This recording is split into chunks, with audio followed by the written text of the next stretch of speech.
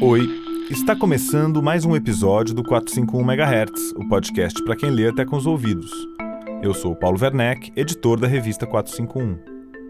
2 vezes por mês, a gente conversa aqui com autores, críticos e leitores sobre os livros mais legais que acabaram de sair no Brasil. Só que hoje a gente tem um programa especial para você. É uma homenagem a um dos grandes poetas da língua portuguesa, uma celebração dos 500 anos de Luís de Camões. Este episódio do 451 MHz conta com o apoio do Instituto Camões, Instituto da Cooperação e da Língua e da Lei de Incentivo à Cultura. Amor é fogo que arde sem se ver.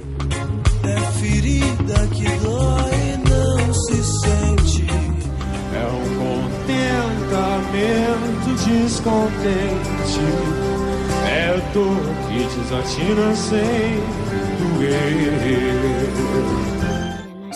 É um andar solitário entre a gente. Eu nunca contei estar cheio com a gente. É um cuidar que ganha em se perder. É querer estar preso por vontade. É servir a quem vence o vencedor. É ter com quem nos mata lealdade. Mas como causar pode a seu favor nos corações humanos a amizade se tão contrário a si é o mesmo amor.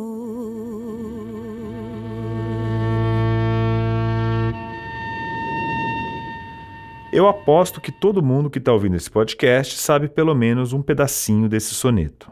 Bom, mas afinal, quem foi o Luís de Camões? E por que a gente está falando dele nesse momento? É o que a gente vai tentar responder aqui nesse programa. A primeira razão é essa, porque a gente quer falar de poesia e quando o assunto é poesia não precisa apresentar muita justificativa.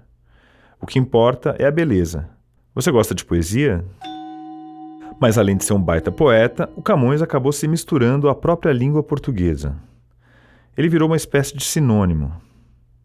Pensando aqui, nos idiomas ocidentais, talvez só o Pushkin na Rússia ou o Shakespeare na Inglaterra tenham essa ligação tão forte com a língua literária. É como se eles fossem os próprios autores do idioma. Ainda bem que não existia copyright naquela época, né? Mas além de ter virado um sinônimo da língua portuguesa, da língua literária, o Camões se misturou de tal maneira à identidade portuguesa e ao próprio Estado português que hoje é difícil separar uma coisa da outra. Eu não me lembro aqui de nenhum escritor do Ocidente que tenha se tornado sinônimo de um país que nem o Camões. E dependendo da época, isso pode ser bem complicado quando o autor é apropriado pelos nacionalismos e pelas disputas políticas. E isso também aconteceu com o Camões, como a gente vai ver aqui. Só que o Camões também foi apropriado pelo povo. Ele virou comercial de TV, conversa de bar, ponto de encontro em Lisboa. As pessoas combinam "Te vejo aos pés do Camões", que é uma estátua que existe lá no Chiado. Ele deu nome a um bife no Rio de Janeiro, virou sucesso no rádio com a Legião Urbana e denunciou a censura na ditadura militar no Jornal de São Paulo. Quem foi esse cara? É uma loucura pensar que um texto escrito em 1500 e bolinha lá em Portugal, aqui no Brasil tenha sido musicado nos anos 1990, ou então aparecido em propaganda de perfume nos anos 2000 e até de picape, agorinha mesmo em junho de 2024.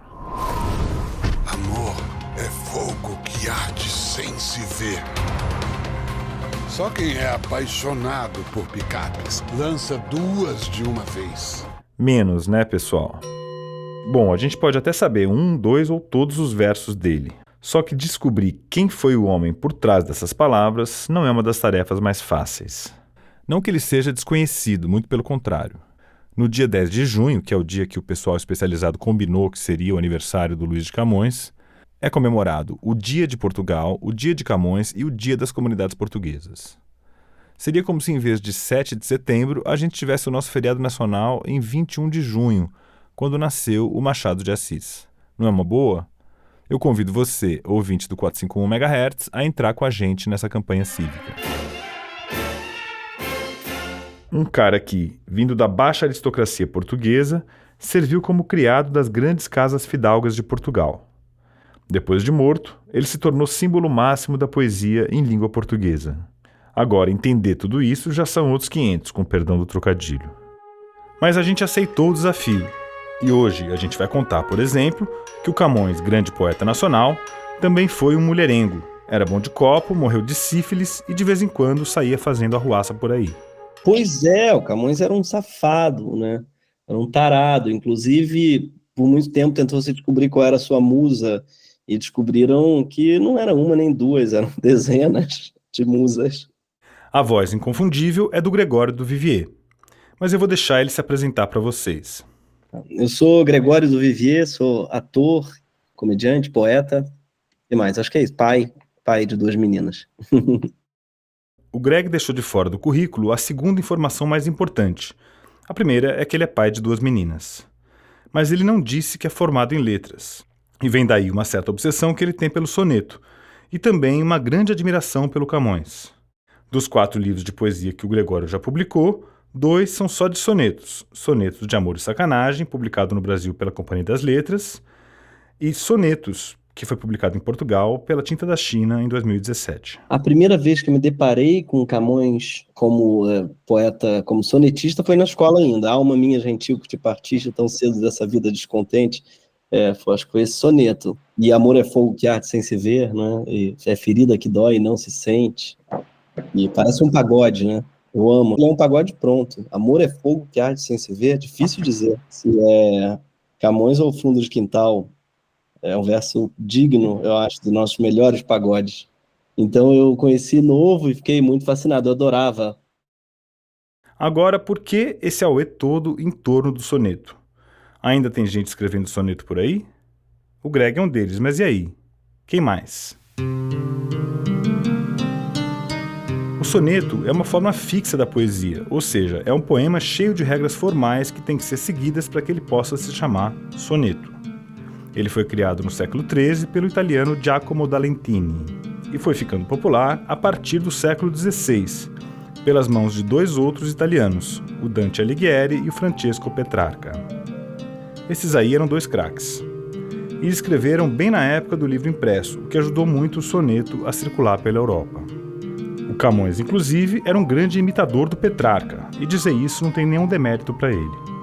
Para começo de conversa, naquela época nem existia copyright, direito autoral, etc. e tal. E nem a ideia de originalidade, exatamente. E uma das qualidades que as pessoas viam nos grandes poetas era a capacidade de imitar outros grandes poetas. Falando em grandes poetas, eu vou aproveitar para convocar um dos nossos, Manuel Bandeira, para explicar por que o Camões se transformou num mestre do soneto. Abre aspas. Os sonetos apresentam em forma concisa a essência do lirismo camoniano.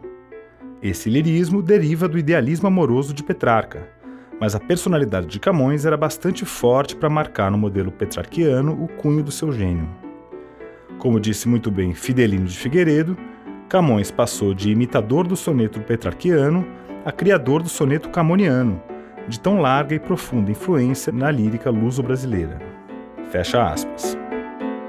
Quer dizer então que, para o Bandeira, o soneto foi a forma que expressou melhor a poesia do Camões, e que a personalidade dele foi muito além do modelo que o Petrarca forneceu. E aí ele criou uma coisa original. O Bandeira, que também foi um grande sonetista, escreveu isso em Noções de História das Literaturas, um livro que está esgotado há muito tempo. Então quer dizer que quem inventou o soneto na língua portuguesa foi o Camões. Para falar dele então, antes de qualquer coisa, a gente tem que falar de soneto.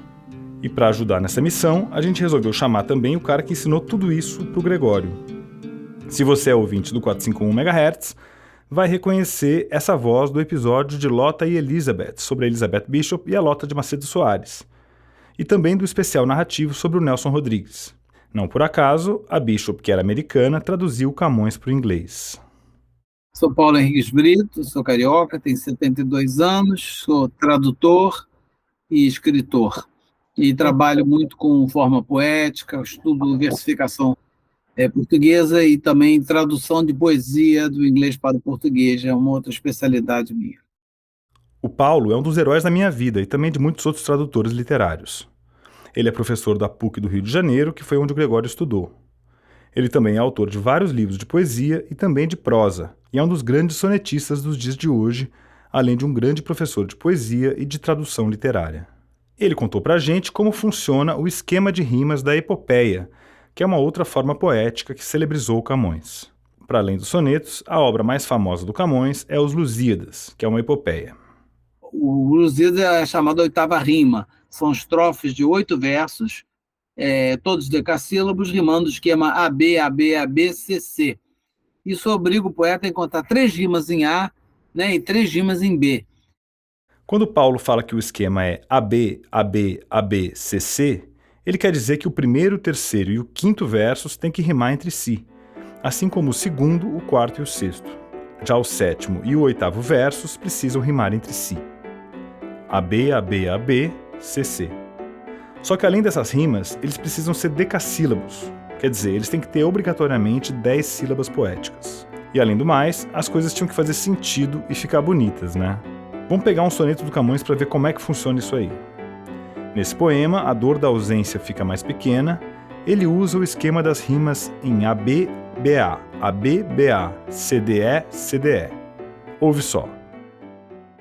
Quando vejo que meu destino ordena que por me experimentar de vós me aparte, deixando de meu bem tão grande parte, que a mesma culpa fica grave pena.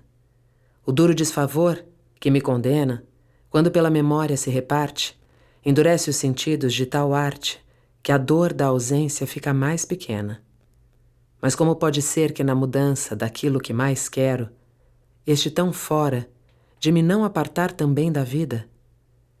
Eu refrearei tão áspera esquivança, porque mais sentirei partir, senhora, sem sentir muito a pena da partida. Quer dizer então que as 2 primeiras estrofes, que são conhecidas como quartetos por terem 4 versos, rimam as palavras ordena, pena, condena e pequena. São as rimas em A no primeiro e no último versos de cada quarteto. As rimas B vão em aparte, arte, reparte e arte.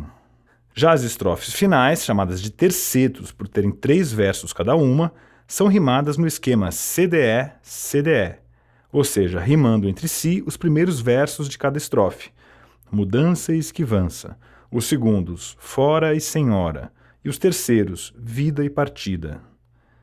Esse esquema CDE, CDE já era uma assinatura do Camões, uma marca registrada dele diferente do modelo italiano criado pelo Petrarca.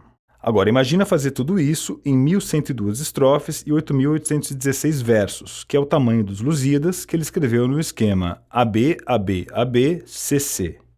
Acontece que, pelos critérios canônicos, vamos dizer assim, não bastava rimar. As rimas tinham que ser ricas, ou seja, você não podia pegar as opções mais fáceis. Verbos conjugados no mesmo tempo verbal, por exemplo, eram considerados uma rima pobre.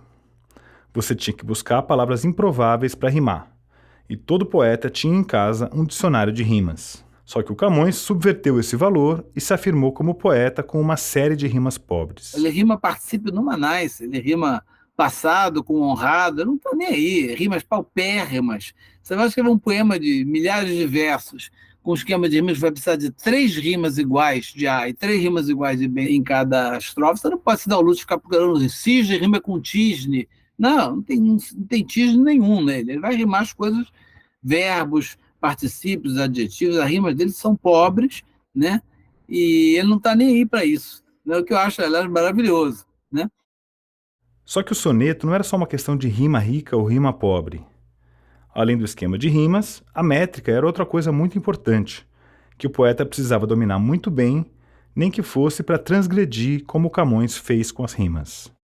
O soneto, assim como um cubo mágico, ele tem essa particularidade que se você ajeita um verso, é provável que você estrague o seguinte. E se você ajeita o seguinte, talvez você estrague o verso anterior. Ele é um cubo que precisa ser montado com certa paciência, e quando funciona, é uma delícia. É um gozo gigante você olhar para aquilo e falar, encaixou, porque ele tem uma série de restrições, não é só que ele é feito de 14 versos decassílabos, rimados. É uma coisa doida isso aí, né? Um cubo mágico, só que com 14 lados, 14 cores diferentes. Mas vamos em frente para entender como é que esse brinquedo funciona. Você tem uma série de regras que tornam a feitura do soneto um desafio. Por isso é tão surpreendente que Camões tenha escrito tantos sonetos e tão perfeitos, tão irretocáveis, porque cada soneto é um milagre quando ele funciona, quando ele é impecável, porque ele depende de todas essas regras. A métrica é a contagem das sílabas poéticas, que não correspondem exatamente às sílabas que formam as palavras e que a gente aprende na escola, na aula de português. Eu estou simplificando bastante aqui, porque tudo isso é uma espécie de ciência chamada versificação, que os poetas aprendiam desde pequenos a partir dos grandes autores e também de manuais muito técnicos. O Paulo Henriques Brito ensina isso na PUC-Rio. E o Manuel Bandeira é autor de um manual de versificação em língua portuguesa, que é uma beleza. Mas é uma coisa tão complicada que não dá pra gente aprofundar muito por aqui. O que importa é que naquela época, se o cara não dominasse tudo isso, não era poeta. Não tinha o menor respeito por parte dos outros, dos leitores, dos estudiosos, poetas, etc. Por isso mesmo, fica essa dúvida. Como é que o Camões dominaria tudo isso sem ter passado por uma universidade? Não existem provas nem de que ele foi para a universidade, nem de que ele não foi. Hoje as coisas mudaram. A gente tem o verso livre, que não tem nem métrica nem rima, e nasceu no começo do século XX. Os critérios também são muito diferentes dos daquela época. Então que maravilha, quer dizer que eu falo em verso livre e não sabia? Pode até ser, só que para alguns poetas, como o Greg e o Paulo, ao contrário do que a gente pode pensar, a métrica é que liberta. Eu me apaixonei pela poesia, por escrever poesia através da métrica fixa, da métrica regular. Então os primeiros poemas que eu escrevi já eram sonetos, porque eu descobri que a métrica liberta. Quando você quer dizer algo, a chance de você dizer algo que já foi dito é gigante. Se você tenta encaixar esse algo dentro de uma métrica específica, a chance de surgir algo novo é muito maior. Então a métrica, ela liberta e te obriga a falar coisas novas, quem sabe até inéditas, de criar metáforas frescas ao invés de repetir metáforas gastas. Bom, até parece contraditório. Quanto mais regras, mais limitações, mais dificuldades o poeta tem para escrever, mais oportunidade ele tem para ver uma coisa nova aparecer ali na página. Essa é uma das coisas mais incríveis do mundo da poesia. Eu acho muito desafiador por causa disso. A dificuldade dele faz com que cada pequeno encaixe dê um prazer sem tamanho. E, ao mesmo tempo, ele tem um tamanho, justamente o soneto, que é curto, são 14 versos, então, para, por exemplo, contar uma história, que Camões se faz às vezes, né, como no Alma Minha Gentil que Fascista, dessa mulher amada que partiu, mas que repousa na mente e tal, tem uma narrativa inteira que ele tem que ter um poder de síntese enorme, para além das rimas e da métrica de tudo. Então, eu acho muito fascinante, eu acho que o bom sonetista, como Camões foi perfeito, ele tem que dominar muitas características, né? Mas sobretudo a língua e a música que tem dentro da língua. As regras da métrica são bem complexas. Seria impossível resumir aqui. O que é essencial é que o Camões pegou a métrica e mais uma vez subverteu as regras, deixando a marca registrada dele na forma de metrificar. Vamos ouvir o Greg. No soneto clássico você não pode repetir palavras, você não pode nunca botar cesura na quinta sílaba, você tem que botar na quarta e na oitava se for sáfico, ou na sexta se for heróico. Só para explicar rapidinho, a cesura que o Gregório mencionou é o nome que se dá a uma pausa obrigatória no meio de qualquer verso que tenha mais de 7 sílabas. A origem da palavra cesura é a mesma de cisão, corte. Também significa mordida, cicatriz. É nessa pausa que nos permite encher os pulmões que o poeta dá essa mordida e coloca o acento na sílaba tônica. Para a métrica tradicional, qualquer verso de mais de 7 sílabas tem que ter cesura. Então, por exemplo, de quantas graças tinha a natureza? A cesura está logo ali no ti, a 6ª sílaba do verso. Isso faz dos versos dos Lusíadas decassílabos heróicos, ou seja, versos de 10 sílabas com a cesura na 6ª sílaba. Os versos camonianos são perfeitos, eles são heróicos, todos eles. O que isso significa?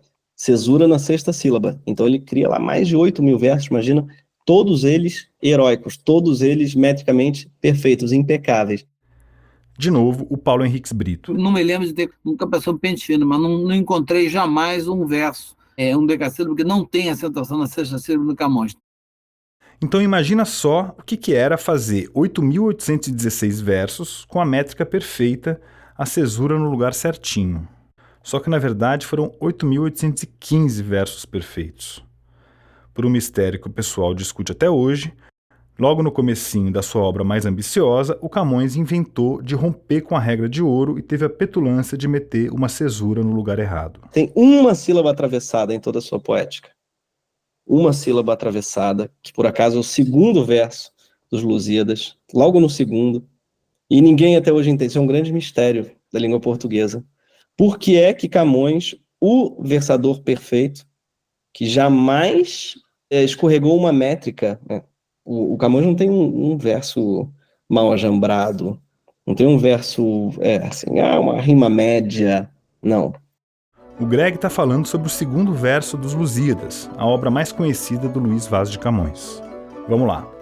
As armas e os barões assinalados, que da ocidental praia lusitana. A cesura do primeiro verso está lá no lugar certinho, em rões.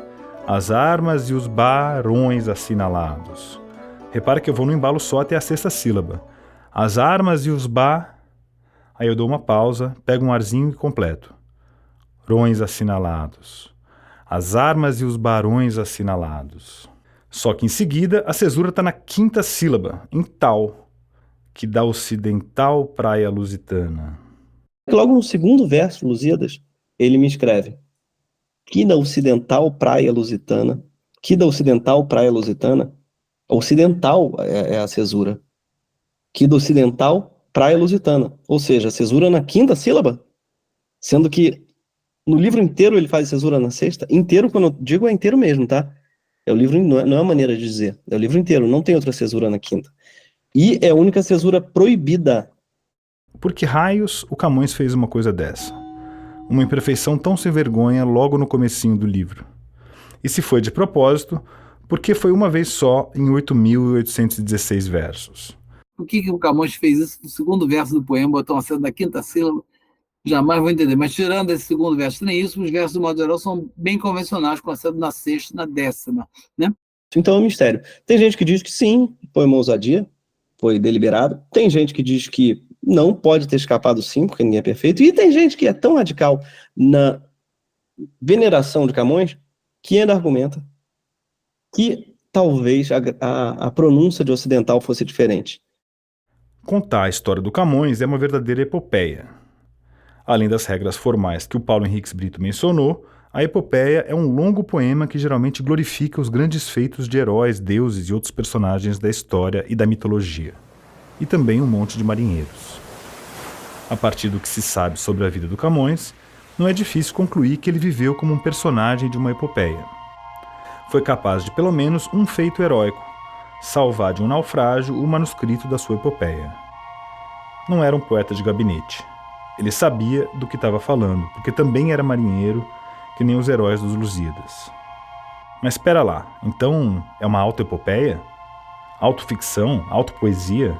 Vamos ouvir no próximo bloco para saber o que a gente tem a responder sobre isso.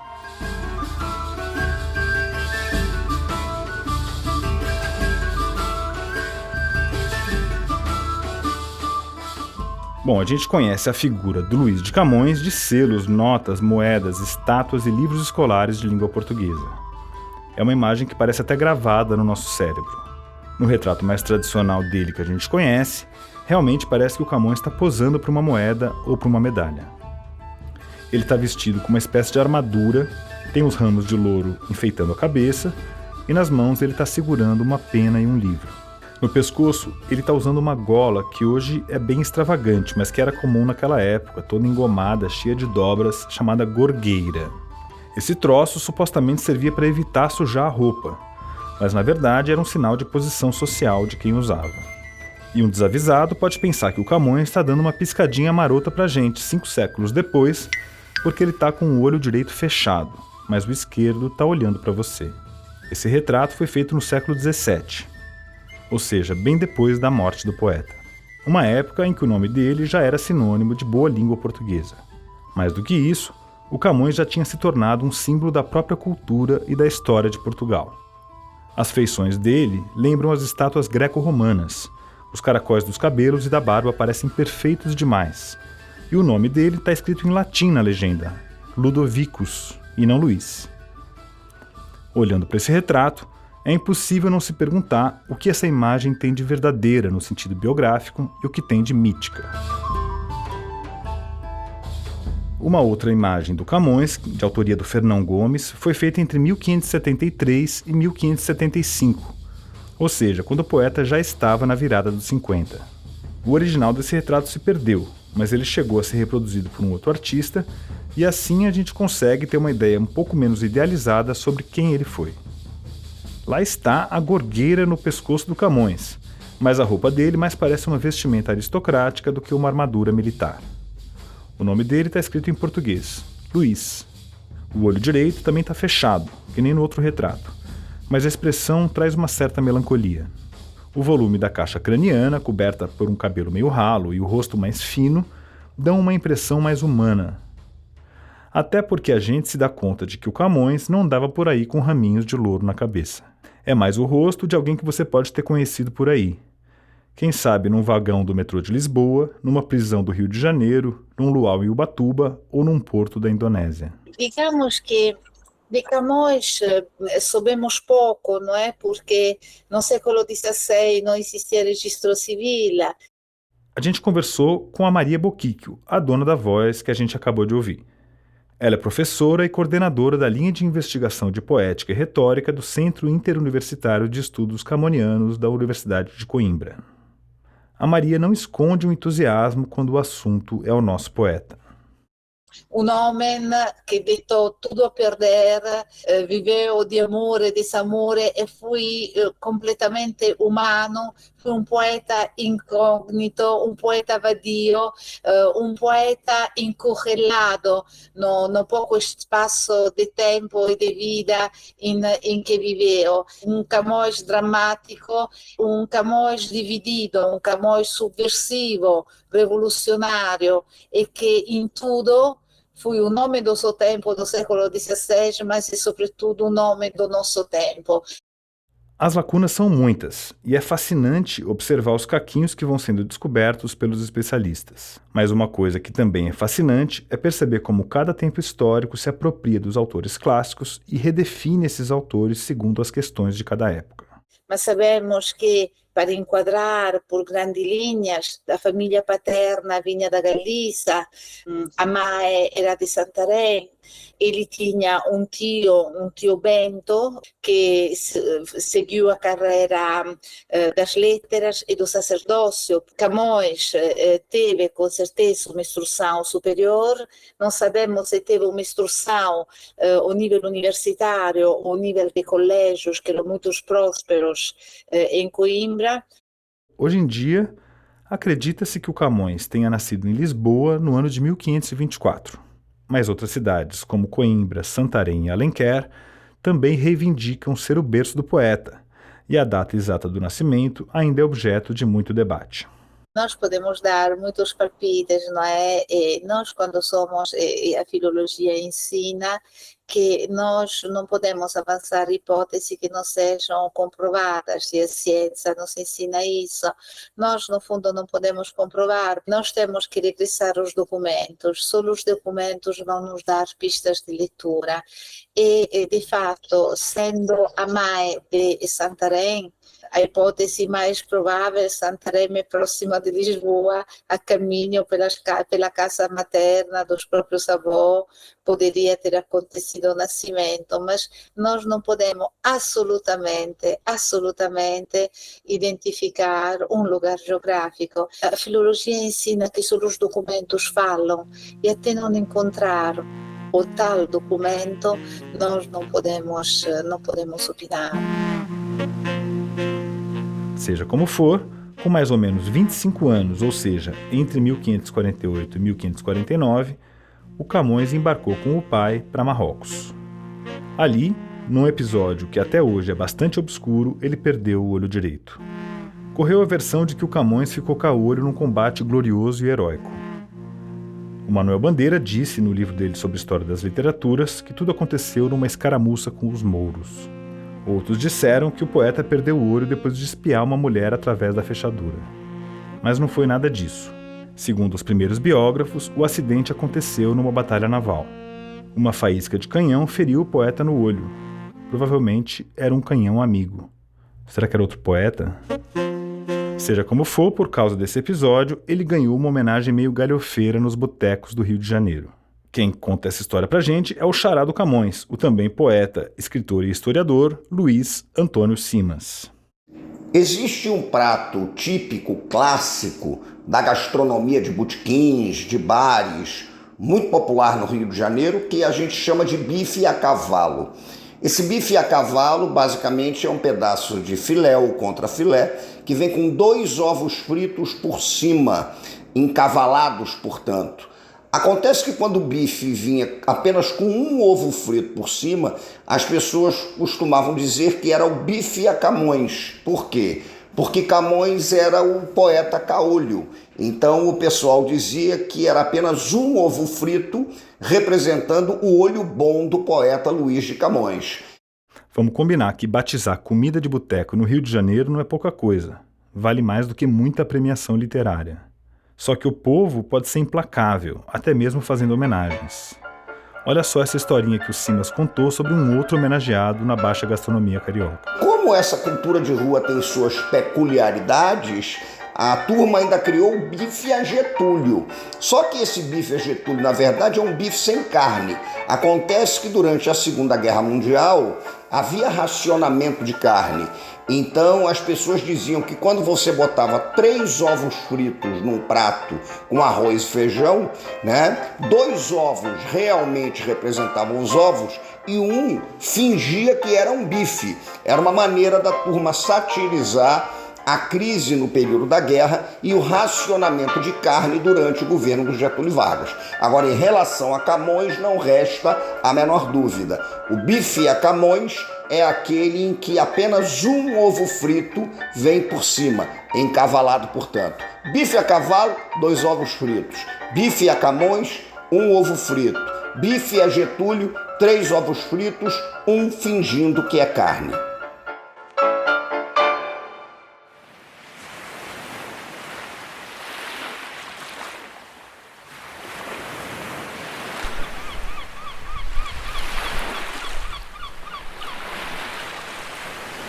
A gente sabe que o Camões nunca pisou no Rio de Janeiro, mas ele deu um belo rolê pelo mundo da época, que estava se expandindo de forma muito acelerada a partir de Lisboa, justamente. Depois da aventura em Marrocos, o Camões esteve em vários lugares e acabou indo parar em Goa. Hoje, Goa faz parte da Índia, é um dos estados indianos, mas ficou na mão dos portugueses até os anos 60 do século XX, e até hoje tem gente por lá falando português. Não por acaso, as Índias eram o destino do herói do livro do Camões, o Vasco da Gama. O navio do Camões naufragou provavelmente durante uma tempestade. A lenda, que foi imortalizada por Severino de Faria, diz que o poeta conseguiu se salvar boiando numa tábua e escapou nadando. Com uma das mãos, ele dava braçadas e cortava as águas, com a outra segurava o manuscrito dos Lusíadas. E com a terceira mão, ele salvou a sua bem-amada, uma mulher que estava ao seu lado. Mentira, ele não tinha 3 mãos, parece que ela se afogou, na verdade. E ele preferiu salvar o livro. O Gregório do Vivier comentou esse boato na conversa com a nossa equipe. Embora reza a lenda de que ele teria deixado a mulher se afogar para salvar os Lusíadas, e que ele naufragou e de um lado tinha os Lusíadas, do outro a mulher, e ele salvou os Lusíadas. É uma coisa bem portuguesa essa, sabe, eu acho. Os portugueses, em geral, preferem a obra, a vida, a poesia, a imanência do corpo. Então, eu acho que é mentira, mas para mim, se for verdade, esse mito, é a inauguração, eu acho, de uma tradição portuguesa de sacrifício da vida em prol de uma obra, em sacrifício do sexo. Acho que Bocage não teria feito isso. Então eu estou mais na linhagem do Bocage, daqueles que salvariam a mulher amada e deixariam a obra naufragar. Pode ser que o Greg tenha razão e que o making-off seja tão interessante quanto a história que é contada no livro. Nem faria sentido resumir essa história aqui, porque eu não quero chatear o ouvinte. Mas por que a gente acha tão difícil quando tem que estudar os Lusíadas na escola? Não é leitura difícil, na verdade. Claro que o problema é que você tem que ter uma edição anotada, porque ele vai citar eventos da história de Portugal que nós não conhecemos bem. né? Basicamente, é a história do Vasco da Gama, que é o homem que encontrou o caminho marítimo para as Índias. Só que uma das coisas bonitas que acontecem numa sala de aula, especialmente dentro de uma faculdade de letras, ou quem sabe num podcast ou audiolivro também, é quando a gente entra de verdade num grande livro e acontece uma espécie de mágica que, para mim, é que nem a sensação de subir numa montanha bem alta e depois olhar as coisas lá de cima. O esforço é enorme, mas a vista vale a pena. Os alunos sempre morrem de medo de abrir os Lusíadas. E é um espanto quando eles começam a entender. É um espanto quando eles leem o episódio da Inês de Castro e se comovem e reconhecem ali uma poesia de amor e de lirismo. Quem está falando é uma pessoa que está acostumada a ver essa mágica acontecer na sala de aula. Ela é uma das principais professoras de literatura portuguesa no Brasil. Eu me chamo Sabrina Sedelmaier, eu sou vice-presidente da Associação Internacional dos Lusitanistas, sócia benfeitora do Real Gabinete Português de Leitura, mas o que eu tenho mais orgulho, né, é de ser professora, de estar em sala de aula. A Sabrina dá aula na UFMG, a Universidade Federal de Minas Gerais.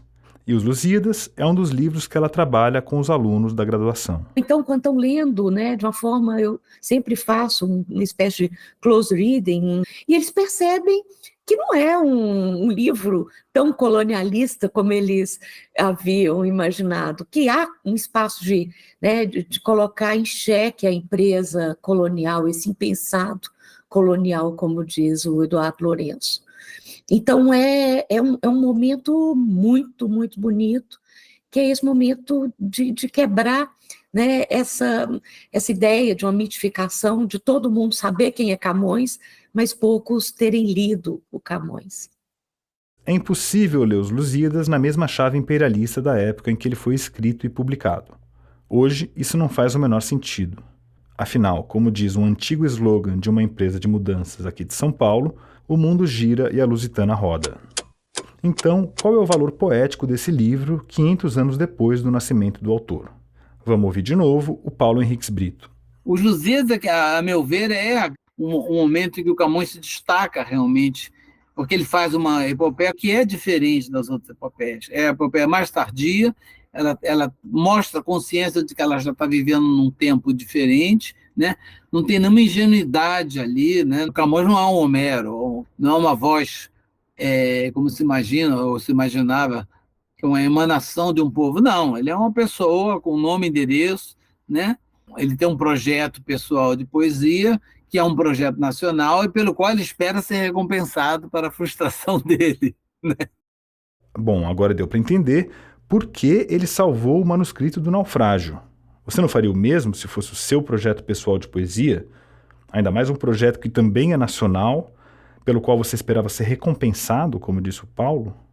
Mas então, por que o Paulo fala em frustração, se hoje a impressão que a gente tem é de que o Camões conseguiu o que ele queria? Vamos tentar responder logo depois do recado que as edições Sesc têm para você. Um olhar crítico sobre a arquitetura e a história urbana. É assim que Carmela Gross define seus trabalhos. A artista plástica e o curador Paulo Miada são autores do mais novo lançamento das edições Sesc, Terreno Baldio. Este livro, obra de arte, divide-se em duas partes. A primeira traz 24 desenhos produzidos em 1993 e retrabalhados digitalmente em 2023, especialmente para esta edição. A segunda parte traz uma ampla entrevista ilustrada, abordando as referências e influências de Carmela, além de sua relação com a cidade, seus habitantes e espaços. Quer saber mais? Adquira seu exemplar nas unidades do Sesc São Paulo e nas livrarias.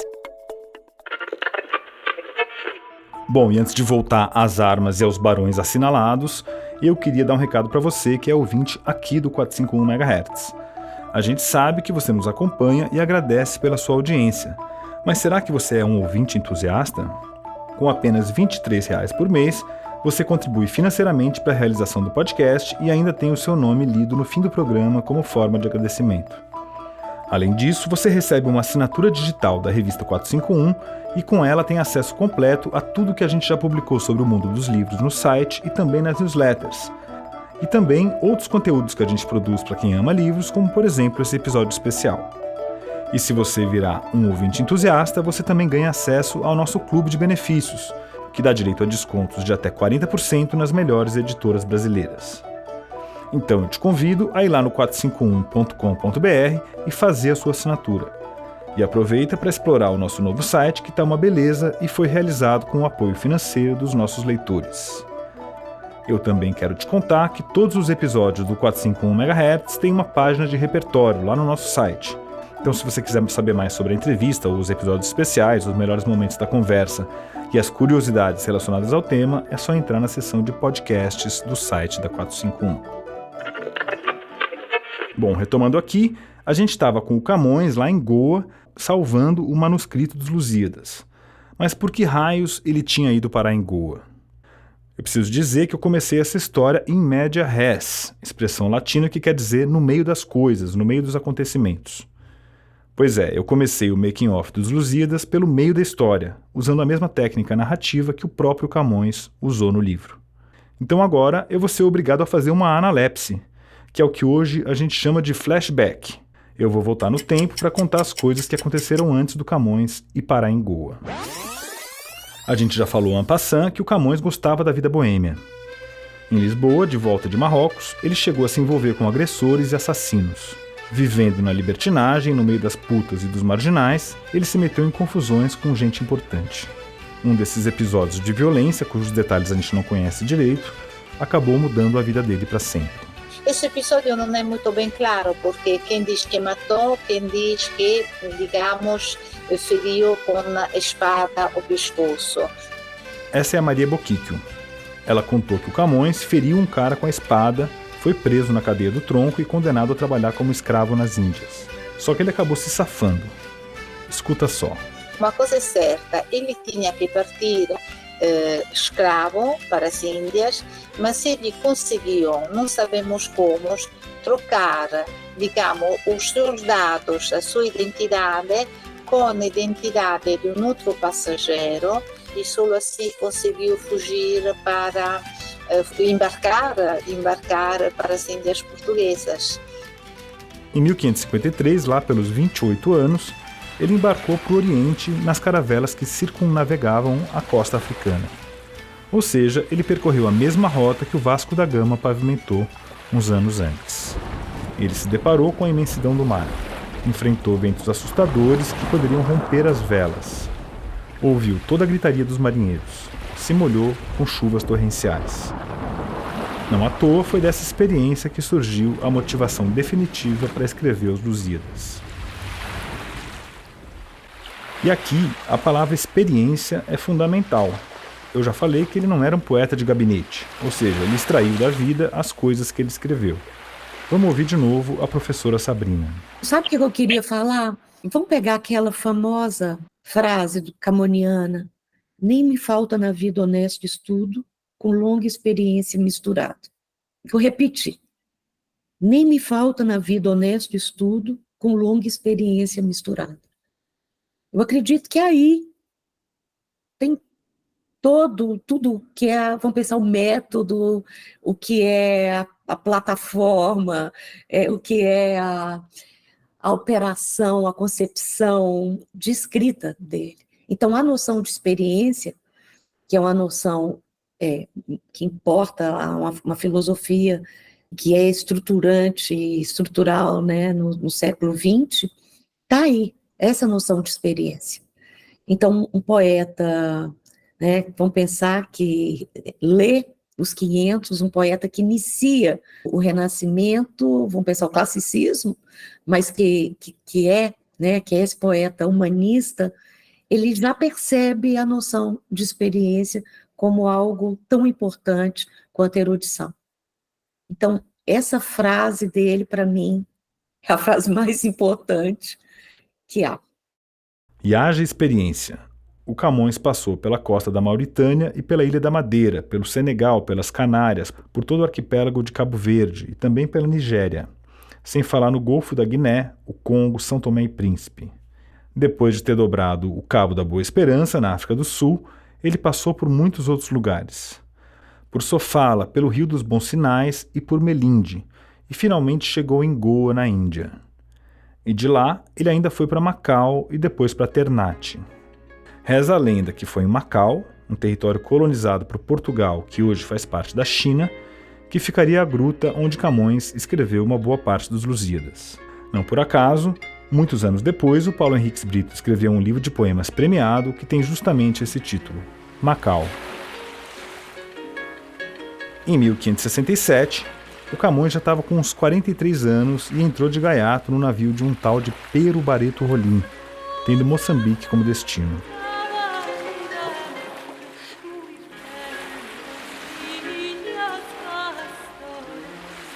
O poeta queria voltar para Portugal e publicar finalmente a sua epopeia. O historiador português Diogo do Couto diz que nesse período ele sobrevivia apenas da esmola de algumas pessoas ou da ajuda de poucos amigos. Por isso é que o Paulo Henriques Brito falou em frustração. O destino dele foi muito diferente do que aconteceu com o Shakespeare, o grande poeta fundador da língua inglesa. A comparação foi feita pelo próprio Paulo Henriques Brito. E a gente contrasta com a vida de Shakespeare, deixa de ser muito curioso. Shakespeare é um cara do interior, da pequena burguesia, que vai para Londres para ganhar vida, pinta a oportunidade de fazer teatro, ele começa a teatro, ganha dinheiro. Quando ele encheu a burra, o que ele faz? Se aposenta muito cedo, vai para a cidade dele, faz uma casa bem boa e passa a ser usurário, passa a ver de emprestar dinheiro, nunca mais publica nada. Ele volta para a cidadezinha dele, constrói uma baita de uma casa e passa a emprestar dinheiro a juros. Contrastar as duas figuras é muito interessante. Você vê por que o Shakespeare, de certo modo, nunca conseguiu, por mais que ele seja louvado, mas ele não faz parte de um mito nacional da mesma maneira como o Camões faz no caso de Portugal. É muito diferente.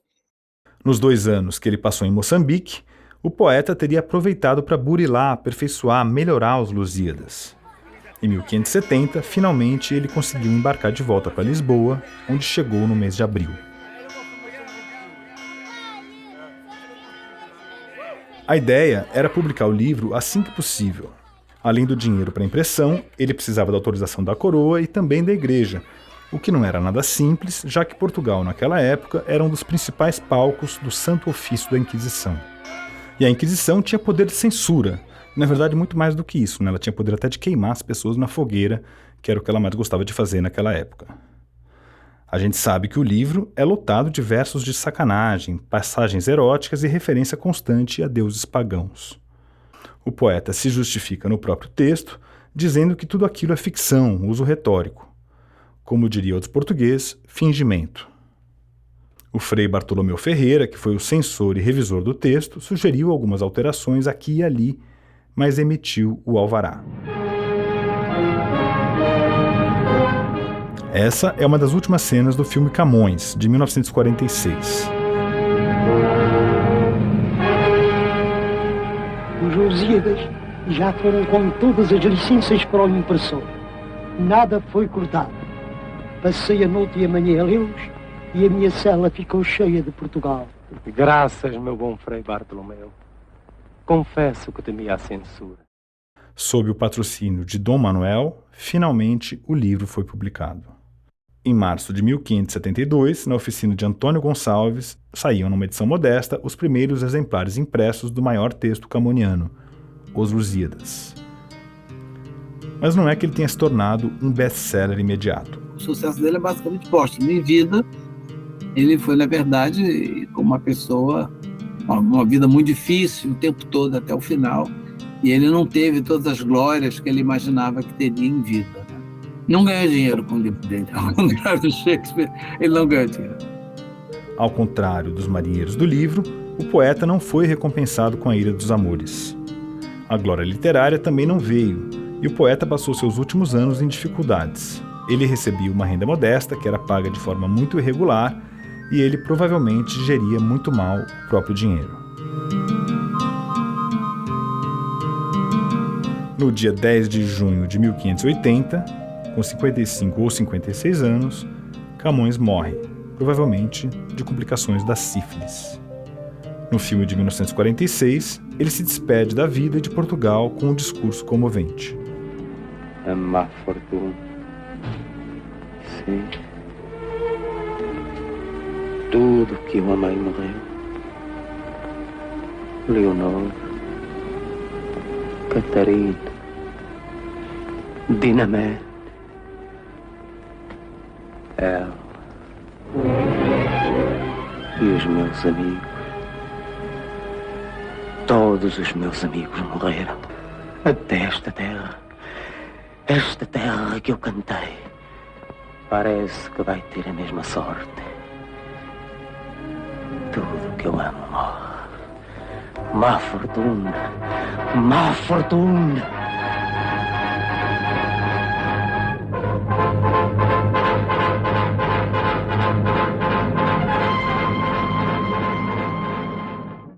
O Camões morreu pobre, solitário e sifilítico, mas para a poesia dele, a Inês ainda não era morta.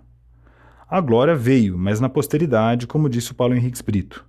E século após século, o poeta, sua vida e sua obra foram apropriados pelo Estado português, que colocou nele as coroas de louro, a armadura, os cabelos encaracolados de estátua grega daquele retrato oficial que foi feito no século XVII.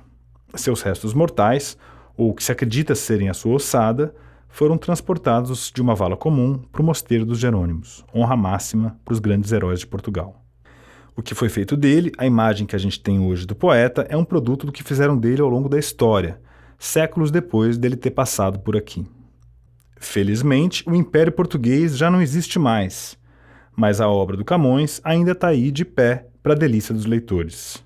A perspectiva contemporânea nos permite ler Camões de muitas maneiras diferentes, conforme o tempo e o espaço em que estamos. A professora Sabrina fala muito bem sobre isso. Eu gosto muito de um momento de um livro, que é o da Dulce Maria Cardoso, que se chama Retorno, em que o professor de literatura portuguesa, lá de Angola, no auge da Revolução, né, ele vai e queima os Lusíadas. Ele queima os Lusíadas e está lá no Retorno, e ele fala na língua, e mostra para os alunos que a língua não é a pátria, né? Então, eu julgo ser absurdamente importante a gente desvincular a ideia de poesia e de nação. Eu acho que a nação é uma criação do século XIX, as literaturas como a representação da nação foi um discurso nacionalista, ufanista, de um outro tempo. E o que me importa sempre é essa noção, o que é de bom são as diásporas, são o que aconteceu com essa língua, é o português, né? É o quimbundo, me interessam essas transformações. E ela ressalta que muitos desses críticos da ideia de lusofonia são camonianos. Camões não é o que o romantismo vendeu, como se fosse Camões. Camões não é o que o Salazar vendeu. A gente precisa lembrar que o Salazar, um ato de censura, ele tirou a Ilha dos Amores dos Lusíadas, ele arrancou e vendeu os Lusíadas como se fosse, né, essa mitologia do país que vai além mar, esse país que não é pequeno, esse país, né, que é um desbravador, que leva a fé católica, que leva a cultura e que leva a língua. Então isso interessa, essa ideia de nação, a esse tipo de poder, esse poder, né, que no caso aí é autoritário, da ditadura. Então não é esse Camões que me interessa. O Paulo Henriques Brito chama a atenção para o final dos Lusíadas. Segundo ele, o livro termina numa nota amarga. A Máquina do Mundo, no caso do Camões, é uma espécie de um globo terrestre, a gente imagina, no qual você vê o mundo inteiro, né, no passado, no presente e no futuro. E nesse momento, então, há uma espécie de uma recapitulação da história do colonialismo português e há um prenúncio das glórias futuras. Esse episódio é mais perto do final, e no final do livro temos essa estranhíssima entrada em cena de um poeta dizendo: por que eu não ganho dinheiro com isso? Por que ninguém me dá valor? Que adianta fazer um poema da nossa nacionalidade se ninguém me reconhece, né? E o poema termina sendo uma nota muito amarga, né? Muito diferente da glória do país que ele está fazendo. Já o Gregório viu uma certa malandragem na escolha que o Camões fez ao escrever os Lusíadas. um sujeito que escreveu numa gruta e que levou um livro agarrado num naufrágio. Para mim, essa é a história dos Lusíadas, mais interessante do que as conquistas de Portugal. As conquistas, para mim, são um pretexto para ele ganhar um dinheiro do rei. Ele não ganharia se não fosse isso. Ninguém ganharia um dinheiro do rei para escrever sobre conquistas amorosas. Então, eu acho que o tema dos Lusíadas era uma maneira dele se manter com a escrita, coisa que ele conseguiu no fim da vida, parcamente, mas conseguiu. E hoje tem releitura de Camões que faz isso todo sentido. Tem que reler e tem que criticar mesmo. Ele como sendo colonialista, racista contra mouros, né? Supremacista até, a gente vai falar. E assim, ele era um homem do seu tempo. O tempo era esse, precisamente. Seja como for, o tempo era esse, e para o Gregório, nesse tempo, não havia homem mais sensível ao outro, à alteridade, do que o Luís de Camões. Então, eu não tenho dúvida de que ele era, dentre os homens do seu tempo, o mais sensível justamente à alteridade. Aquilo ali era o máximo que você podia ser de sensível à alteridade. Não tem como ser mais do que aquilo, mais sensibilidade. Então, o livro foi adotado, sim, por pessoas colonialistas, racistas, supremacistas, com certeza. Ele serviu a um propósito de Portugal supremacista, claro, mas eu não acho que a pena de Camões tivesse essa intenção colonizadora. Eu acho que ele era, sobretudo, interessado no outro, sabe? No amor, como quase todos os poemas dele falam disso, mas também na viagem, no encontro com a diferença e na língua. Acho que era um cara muito apaixonado pela língua.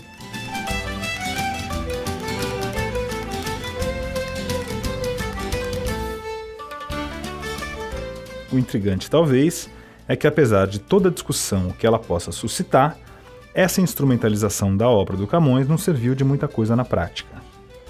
Eu trago de volta para a roda o Paulo Henriques Brito. Portugueses, eles tinham uma autoimagem lá em cima, né? O Camões joga Portugal lá em cima, né? E a história foi muito cruel para Portugal. Portugal, ao longo da minha adolescência, da minha juventude, que eu vi foi Portugal sendo reduzido, perdeu eu tinha meus 12, 13 anos quando Portugal perdeu as colônias na Índia, e eu já estava com meus 20 e tantos anos quando veio a Revolução dos Cravos, né? E Portugal, quando eu era menino, era sinônimo de atraso, ditadura, né? Era um país que não era uma potência colonial mais. Então, a leitura do Camões me alertou para esse choque, né? Aí eu comecei a entender aquela frustração, né? Que tá no Pessoa também, está em boa parte da literatura portuguesa, né? Esse choque do que é você ter uma autoimagem e ter um passado supostamente glorioso e se ver reduzido a um país, a uma não potência, a um país insignificante no panorama internacional, né? Então foi isso também uma das coisas que a leitura do Camões me proporcionou. E até aqui no Brasil, o nosso poeta entrou na disputa política. Um pouquinho depois do Salazar censurar o Camões, aqui no Brasil ele foi usado para denunciar a censura prévia que a ditadura militar estava impondo à imprensa. Naquela época, havia agentes de censura dentro das redações de jornal. Eles liam a edição inteira antes dela ir para a impressão. E mudavam e mandavam retirar as notícias que não eram do interesse dos ditadores. A saída encontrada pelos editores do jornal O Estado de São Paulo foi publicar poemas do Camões no lugar das notícias censuradas. Isso mesmo, no meio do noticiário de política do Estadão, você encontrava trechos dos Lusíadas. Senhoras e senhores, boa noite. A Agência Nacional, no Ministério da Justiça, passa a falar diretamente do Palácio Laranjeiras para um importante comunicado do governo federal ao povo brasileiro.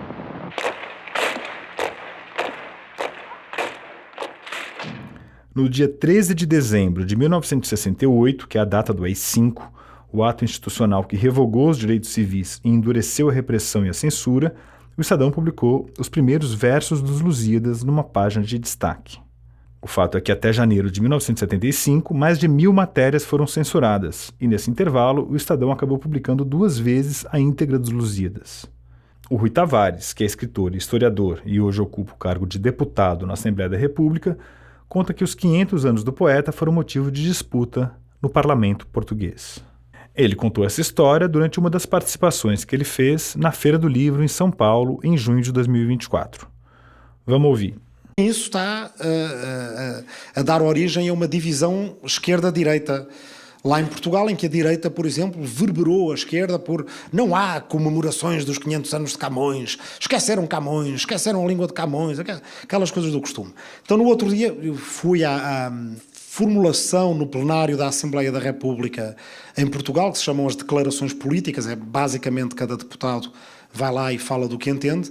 Então decidi falar de Camões. Curiosamente, passado 30 segundos, a bancada da extrema-direita suspirava. Porque não queriam, quer dizer, literatura, não é? Quer dizer, era uma coisa chata. Só ficaram assim mais certinhos nas cadeiras deles quando eu disse, então, senhores deputados, não querem ouvir falar de Camões? O Rui Tavares aproveitou para lembrar também uma história curiosa envolvendo Camões e um rapaz indonésio, que não se sabe se era amigo ou amante do poeta. Curiosamente, hoje em dia a Indonésia é um dos países cujos habitantes mais migram para Portugal, para trabalhar na pesca, que é um setor essencial da economia e da cultura portuguesa. Camões, quando morreu, o único amigo dele era um amigo estrangeiro, e aliás indonésio, não se sabe, chamado Jau, quer dizer que era da ilha de Java.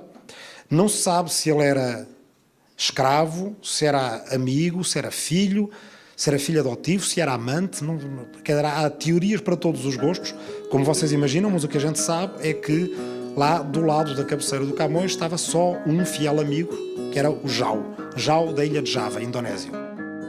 O Rui Tavares faz um aceno para que os portugueses de hoje tratem os indonésios com a mesma hospitalidade que o Jau dedicou ao Camões.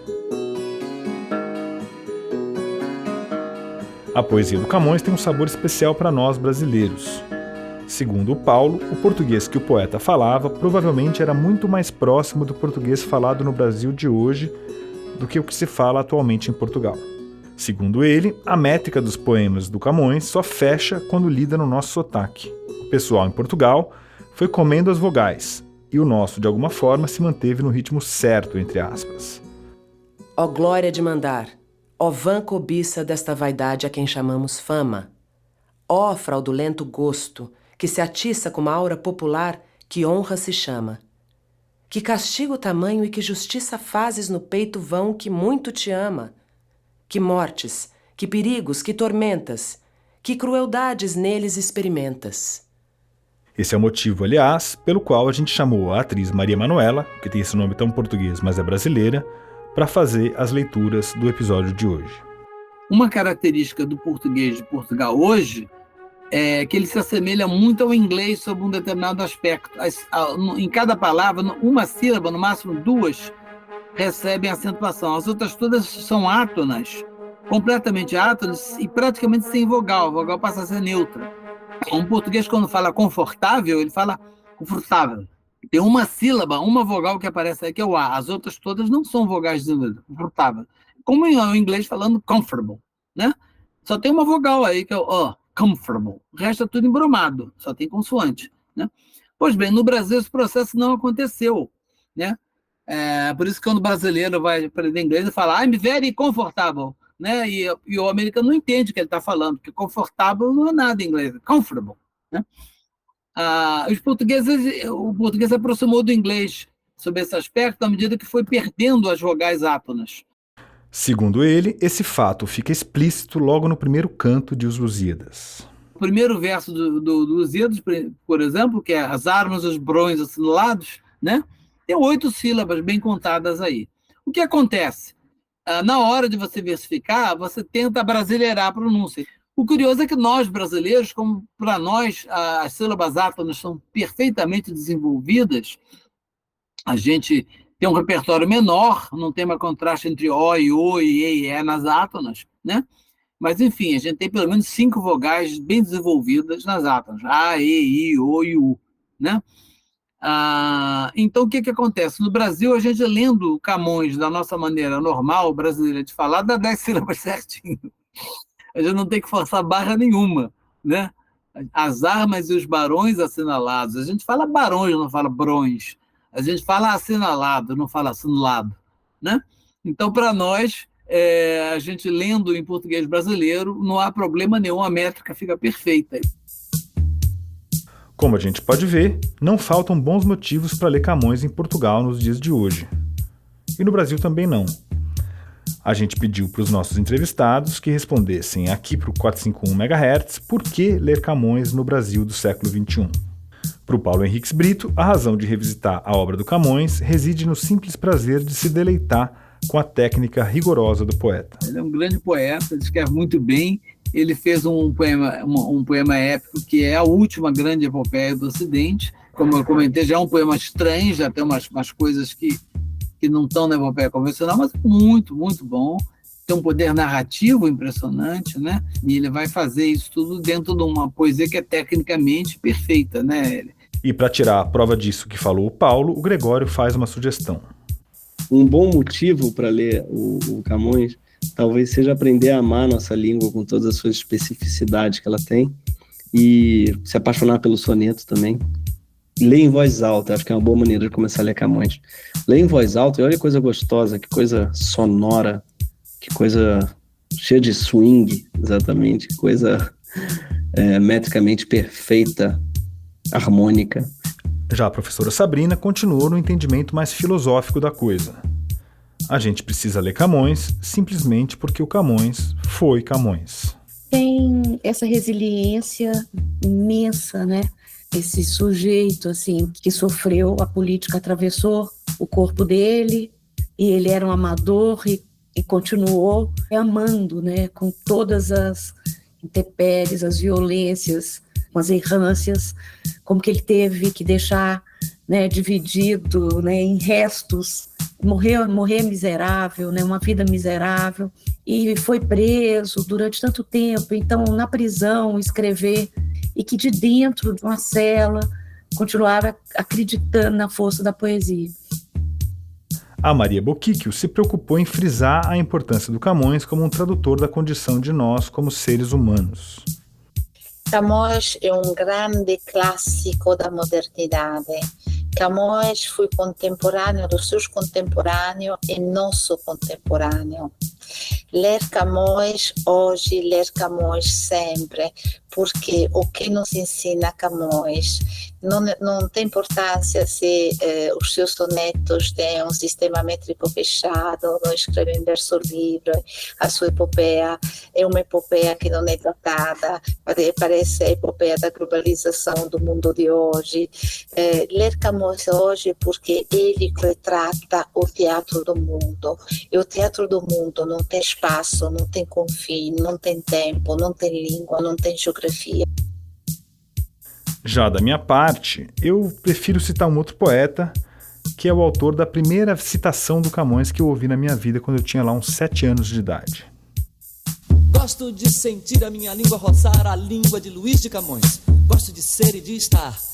E quero me dedicar a criar confusões de prosódias e uma profusão de paródias que encurtem dores e furtem cores como camaleões. E assim chegamos ao final desse episódio especial do 451 MHz sobre os 500 anos de Luís Vaz de Camões. O 451 MHz é uma produção da Associação 451.